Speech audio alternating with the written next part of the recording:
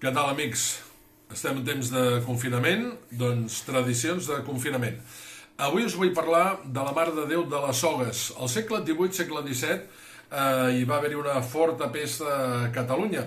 La gent de les parròquies, la gent dels pobles, el que feia era encomanar-se al sant, o al sant especial, que servia per mitigar la pesta, perquè no entrés la pesta en el poble, com per exemple Sant Sebastià, Sant Roc, aquí a Vilablareix, a prop de Salt, hi ha l'ermita de Sant Roc.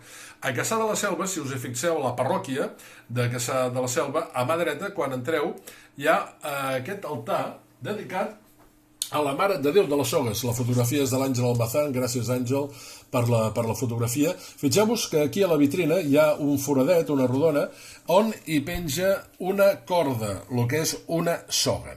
Què va passar? Doncs que al segle XVII, a Cassà de la Selva, quan hi va haver-hi aquesta gran pesta, la gent del poble es va confinar a les cases.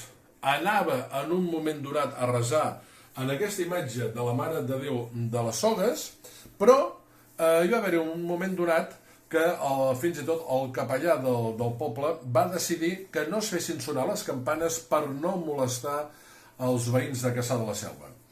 Què va passar un dia? Doncs que van començar a sonar a les 11 de la nit, a les 12 de la nit, les campanes, i la gent del poble va dir, bé, què està passant? Què està passant aquí? I es van acostar, els que estaven bé, els que no estaven malalts no, els que estaven bé es van acostar a la parròquia i van veure aquesta imatge, la Mare de Déu de les Sogues, diuen uns, lligada a la corda, que feia tocar les campanes. Altres diuen que com que era la que estava al costat del campanar, havia estat la mateixa Mare de Déu de les Sogues. Esclar, si la Mare de Déu l'havien vist allà lligada amb una corda, havia estat ella.